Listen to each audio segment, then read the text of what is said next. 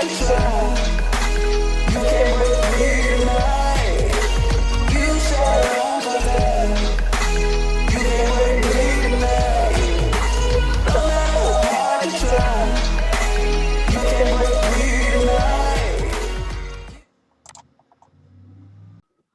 to Dove and Dragon Radio. I'm your host, M.l.Ruscsak, and I'm here with a very special guest today. Not an author, not an entrepreneur, but something a little bit different for you today. Musician, Caressa. Welcome.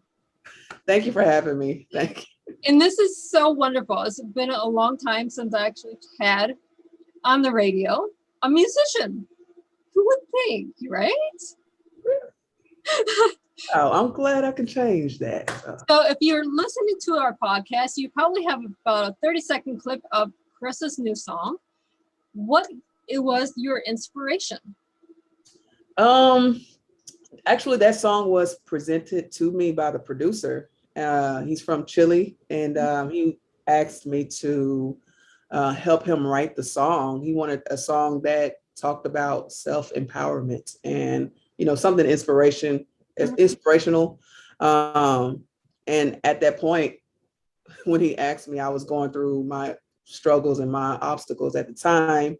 And it was actually therapy for me. So yeah, the song actually helped me. And I've been getting some really, really good feedback on the song, amazing stories of how the song helped people overcome and get through their situation. So that was the biggest inspiration behind it, my current situation at the time when I was going through my depression and my personal inner demons that I had to overcome now. So that was pretty much it.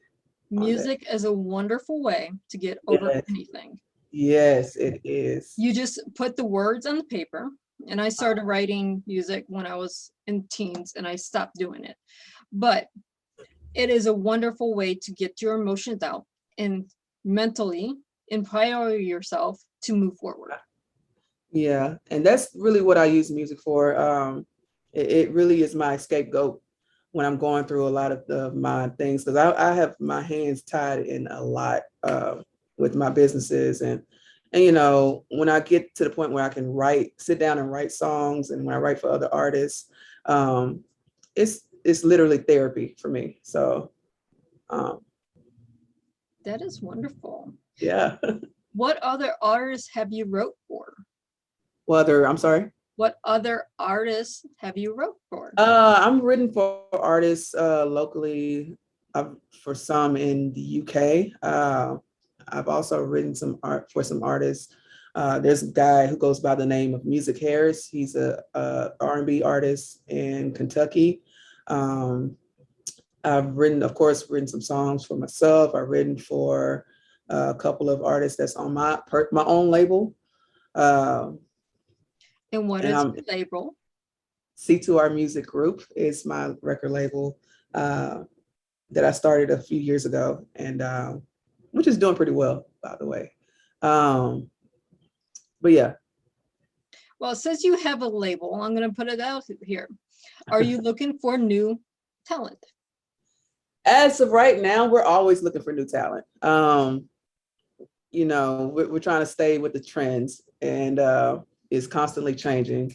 So we're always looking for something new. We're always looking for, I guess, the new wave, as you can put it. As far as that goes, we have a lot of talent that is getting ready to come out within the next few months or weeks, as I should say, and to be on the lookout for that as well. So we have some really, really good artists that are going to blow us out the water. See, I was completely wrong. This is not only music and musically involved, it's also entrepreneurial and it's also networking. It's a little bit of everything. Yeah, it all ties in together. So it does. Yeah. I mean, everything always ties in on the show. We just go round and around to get to where we want to be. Right. I mean, okay, so what was the beginning to get you into either running your companies or going into music? Which was first? I've been doing music since I was a little girl. But for me, I've had my own experiences in the past with some major labels that didn't go too well. So that was another big inspiration as for me to starting my own label and creating a different culture, for up and coming artists and trying to change the wave of how I guess the stereotypes, cliches of major labels ripping off artists and or whatever crazy story you've heard about major labels. I'm trying to change that perspective of it. So um, that's my biggest inspiration as to starting my own business with the label. It has actually transformed into a media company. We have a full-fledged everything, media, photography, the arts, the videography. We're doing music videos for the artists. You have started it all. We have created a monster. That's what we have. You know what? This is what I'm doing with publishing. You hear the same thing, regardless if it's music or publishing. You go to these the top 10, whatever label it is, publishing or music, and you hear how they rip off the artist on royalties, on time, on payments, on whatever. Everything, yeah. It's the same. It's completely the same. So you have to change the culture. You have to change everything you're doing. Absolutely. Take it away from being all about, oh, I want to make $1 million to being, I want to promote this art. Yeah, and that's the thing. Like the way I was raised, like if you do what you're supposed to do, it's simple. If you do what you're supposed to do, if you do right by people, everything else will fall into place. The money will fall into place. If you're chasing dollars, that's not a good look anyway. So I don't really worry about that because I know at the end of the day, if I do right, I'm going to be blessed. And I'm trying to create that foundation for the company. And so far it's been working, it's been flourishing, and we've been growing like exponentially. So yeah, that's where my head is with this industry. It's pretty cutthroat, but I want to change that. And I'm on a mission to do it. Yes, we're both on the path to do it. Now we're working in alignment. So we'll talk about this after the show, but yeah. That's business stuff. But the fun stuff is taking our art and getting it out there to people, because we find the people that need it most are the ones that need to listen to it, see it, or have it brought to them because they don't know where to look. I think in terms of that, it's everything is about trends, right? So it's basically about keeping up with what the younger generation is doing, I guess you can say. Back then things weren't as accessible as they are now in terms of technology, and but nowadays all you need is an iPhone. Back then we didn't have that back then. I'm showing my age, but we didn't have that back then. 20 years ago, this was all new to us. Yeah.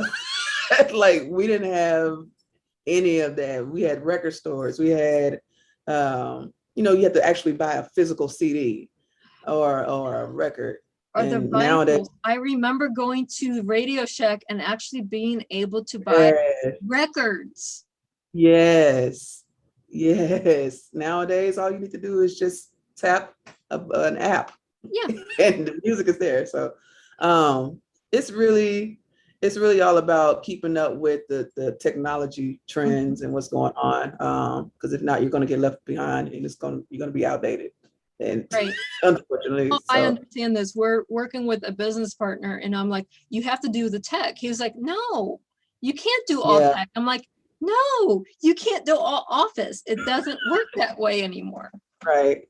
So, you have to bring up with what's working today. Mm-hmm. And you have to keep up from 2019 to 2020 because everything. Yeah. And it's getting like, yeah, the window, time frame window is getting smaller and smaller. You know, now it's like trends change every week, you know, every 2 weeks. So you have to really stay up on it, stay on top of that to keep up. They do. I mean, music changes weekly. If you look at any of the charts, let's see, Billboard's charts, the pop, the R&B, they change every week. Why do they change every week? Because the trend is changing every week. Yeah. It's no longer going to find Will Smith. It's going to go find what's the next big thing. You know, a lot of, you know, back in the day, artists used to sit on the charts for a long time. Like it doesn't happen too often nowadays. So it's all about, you know, putting out singles like every month or so. And, you know, a lot of people don't listen to albums anymore. Little things like that, you got to be mindful of and see what's working and what's not working, you know. Yeah, putting out a single every 6 months or putting out a 6-disc or 6-song EP or LP doesn't work if it's every 6 months. We're expecting something new every couple weeks. Yeah. Every week, depending on the artist. And with the from an economic standpoint, you know, studio time, all that stuff is cheaper now. You know, back then you had to spend a lot of money, but now you can just get into the studio for less than $300-400 and get it mixed and mastered, versus spending thousands and thousands of dollars. So it makes the competition, you know, more bigger. Cutthroat. Yeah, it makes it more cutthroat, and it makes it if you're not careful, you can oversaturate yourself and your brand too. So because everybody wants to be an artist now, since there's so much access to all this stuff. So I could talk about this all day. But it is, but this is what we do every day. We see it from the business thing. You see it as the artist point of view. And when you're doing both, you see the niche that you need to compete with. Yeah. And yeah, you're right about that. You're right. I mean, it's not just, oh, I'm looking at it from a business point of view, or I'm seeing it from the artist's point of view. You're seeing everything. Right. And this is why when you open a business from a dual point of view, you succeed, because you see the issue with the bigger brands. And another thing I really stress, because I work with a lot of independent artists, you know, we can have the best music out here. You can have, you know, the dopest sound or anything like that, but none of that would matter without some impeccable marketing. Like, you're not going to be successful without marketing. And you have to have a solid strategy, a solid promotion, game plan. And a lot of these artists, they fail. They're just dropping music, and without any substance. You know what I mean? So you're wasting your time and you're wasting your money. And I've stressed that a lot with a lot of these artists. You know, even if you don't, and unfortunately, I hate to put it like this, but this is the truth. It doesn't really matter how great of a song you have, as long as you have a strong following, or if you have a great marketing team, your song could be successful. You can hit the charts. Right. It could be a crappy song, but if your marketing team works, and here's the crazy thing. There's some things you can do for free, but there's a lot of things you have to pay for. Yeah. You have to pay for good marketing. If you're not paying for good marketing, you don't have a good marketing team, and whatever you're doing will fail. Yeah, absolutely. And you know, a lot of these artists that I talk to, they want to be independent. They don't want to, cut a deal with the major labels, which is understandable, but they tend to forget that you have to pay for this stuff out of pocket, and it's expensive. And you can't make, I've learned you can't make a lot of money without investing something. Right. So if they don't have that mentality, it's not going to work. Anything that you do, you have to invest something. You have to invest some money. You have to invest some time. You have to invest something to make a lot of money. So if you're looking at cover art, and this could be book covers or CD covers or album covers, you're going to pay for it. Right. Yeah. Yeah. If you're looking at editing, if you're doing music or books, you have to pay for it. Yeah. It's the same thing. It doesn't matter what you're doing, because I've done digital design. I've done album covers. I've done book covers. I get paid for that.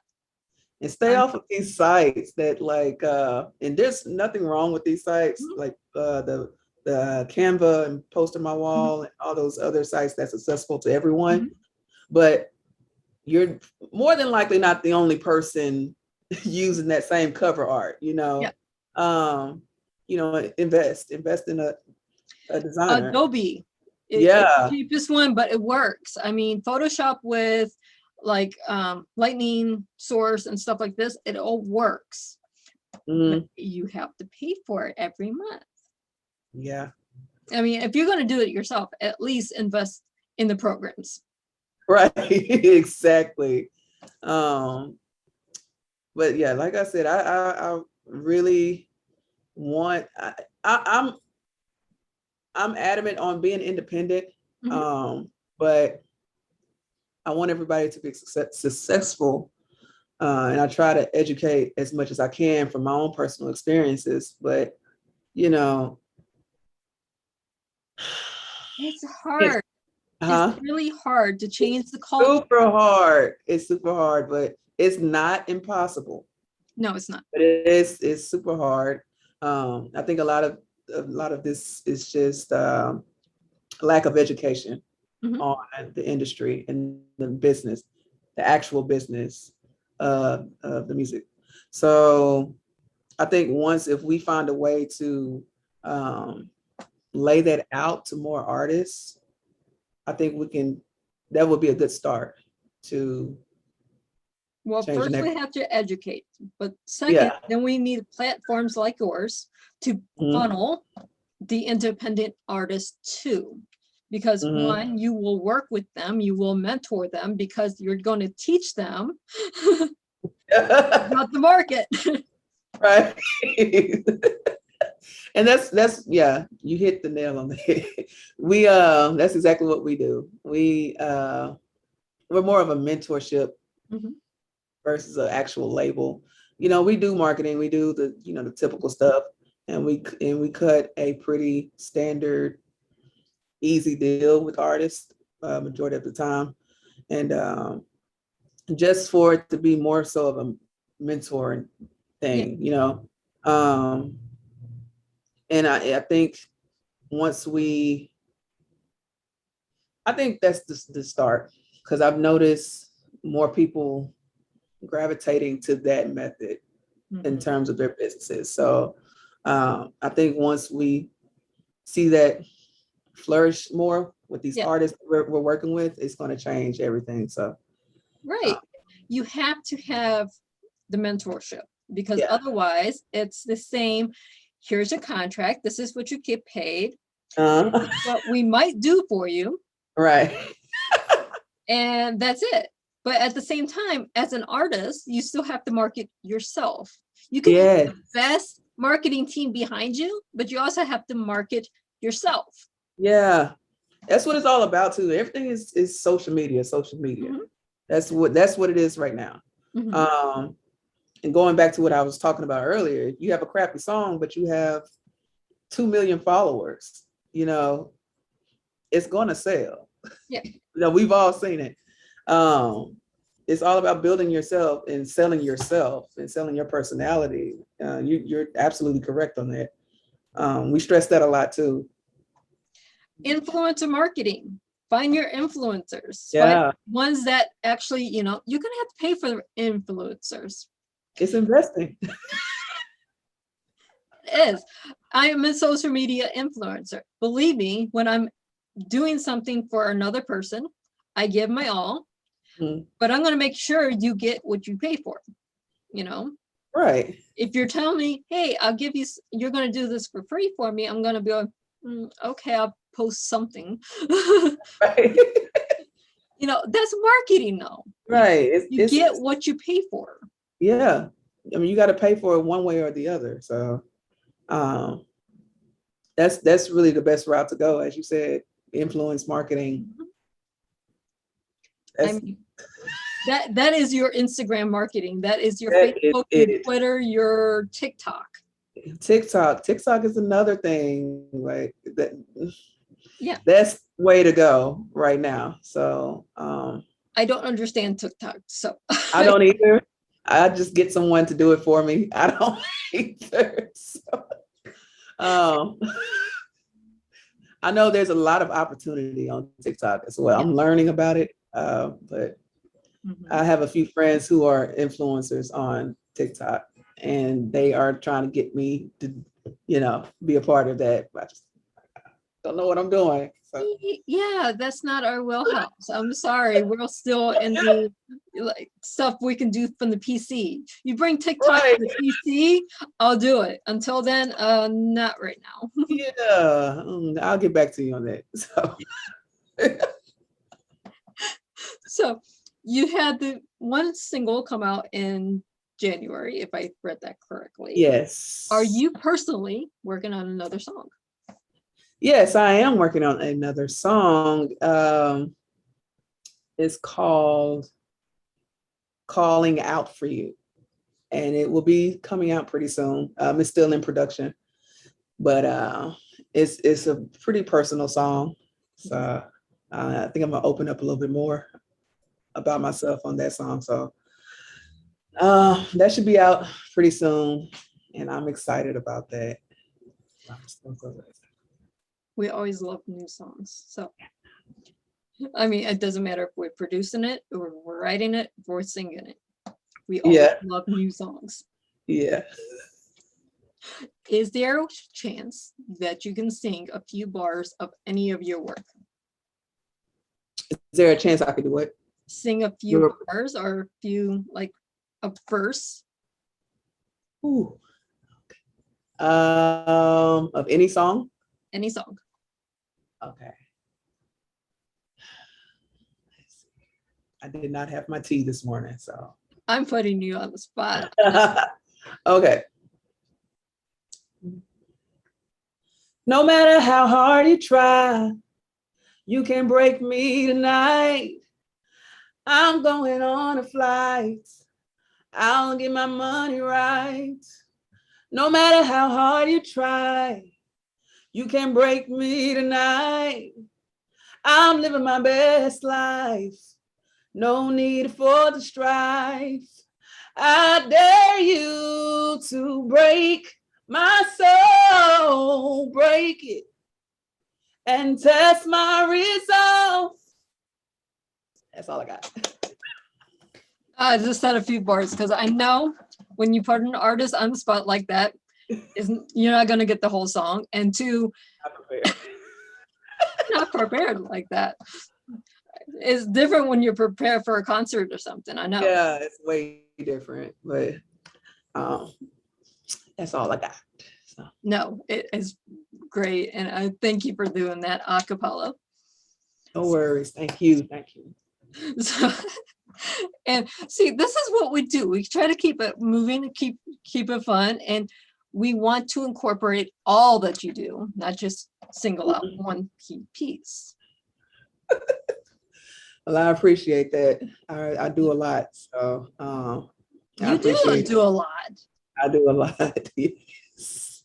As a business owner, no one understands everything you do. They just think, oh, you sit down and you do a few things on the keyboard. You only do that for like 3 hours a day. if that. Then I have to leave. Mhm. Like for me, I have a total of 8 businesses that I have to run. So including my artistry. So I'm always on the go. I'm always, yeah.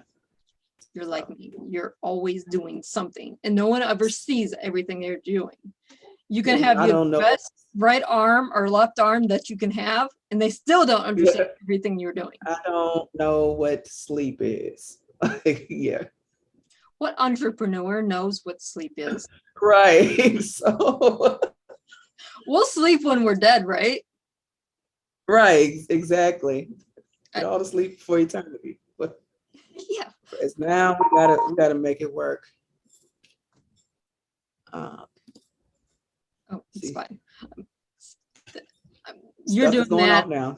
My phone's ringing, but it's on silent, so it's fine. But this is the struggle of any entrepreneur, but we're building a change. And change is hard. I mean, I have artists that I know that are friends of mine. I go, here is shows for you to do. This is the hardest thing for me, okay? Here are shows for you to do. You have to sell the tickets. Yeah. Like sell 10 tickets. That's what their minimum is. They want the artist to sell 10 tickets. Okay. Okay. Well, we did that when we were like 20 or 10 years ago or 15 years ago. I don't need to do that no more. It's all about the grind and all about building your own foundation. And you got to start somewhere and pay your dues. And you have this mentality, and I love the artists that I work with. I do. I but even though you did this 10 years ago and it didn't work, well, why didn't it work 10 years ago? You're selling to the same 10 people. You're selling your brand to the same 10 people. You're selling your brand to the same crowd that you always do. You have to go outside of your network. What is the definition of insanity? Doing the same thing over and over and not changing the result. Right. So let's do something different. Yeah, that's good advice, man. Do they are your artists, are they like younger? I have Just one starting that's out? about our age. Then there's a few that are like teens, 20s, that age group. And it's just getting through to them. And I'm like, you come to me asking me to help you. I'm telling you what to do. If you're not going to do it, I can't help you. Yeah, they know everything. Yeah. Yeah. They know everything. It's the culture. Yeah. Well, we can put our music on Spotify or, well, are you getting downloads? Do you have a following? Are you marketing? Are you talking to people outside of your network?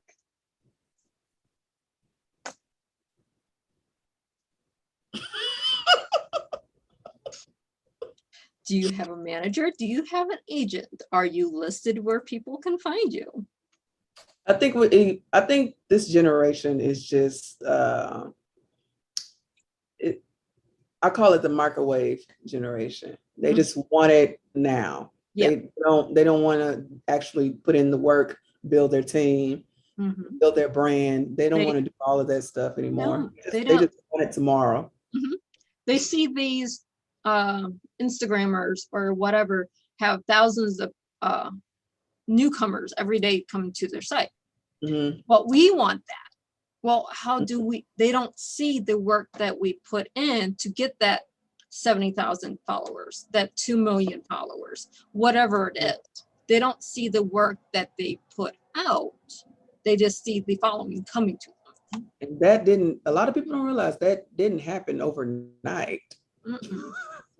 They had to grind for probably 2-3 years, 4 or 5 years as well, get to that thousands, millions of followers. Mhm.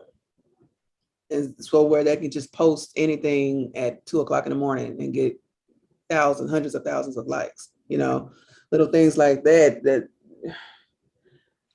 they gotta, the younger generation needs to understand that, what you put in, what you reap, you're gonna sow later. And you have to really, what you sow, you will reap later. And you have to really do a lot of digging and a lot of sowing to get to that point where, yeah, you can get a Grammy. I don't know not one person or one artist who has won a Grammy or who has won some type of major award who didn't put in at least 2 to 3, 4 years of work before they got to that point. Look at Of persistence. any industry, authors, Yeah. actresses, music, doesn't matter what the media industry is. It took them how many years to get that Grammy, to get that Emmy, to get that whatever award that you're looking at. It didn't happen overnight. Right, exactly. And that's just kind of where we are with the music industry. It's kind of I was talking to a friend the other day and he was telling me, and this is his opinion, I didn't agree with him. I did, but I didn't. He said to me that the music industry is dead now, simply because social media is the music industry. And it makes sense.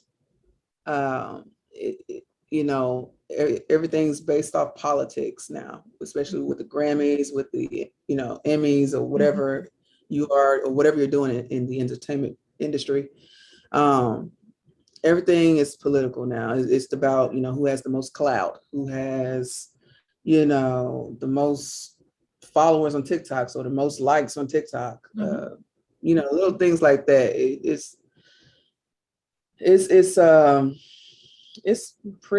was a really good argument too. I don't know. Yeah, We talked about that for about an hour. That's one of those arguments that you can get into, and you have to know the person to get into this argument. You can't do this just organically. But you have to look at the politics, you have to look at the social media, you have to look at this younger generation coming up that sees everything happening fast, but didn't see the struggles from before. Yeah.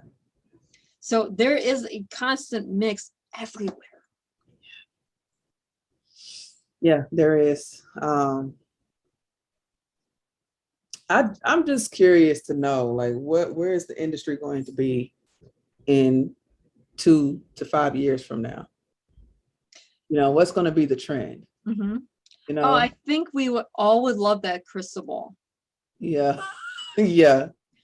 Because I would love to have that crystal ball, because looking at media trends and anything, film, TV, music, whatever, it changes all the time. I can plan for the best premiere for whatever today, and it comes out and that's not what the market wants.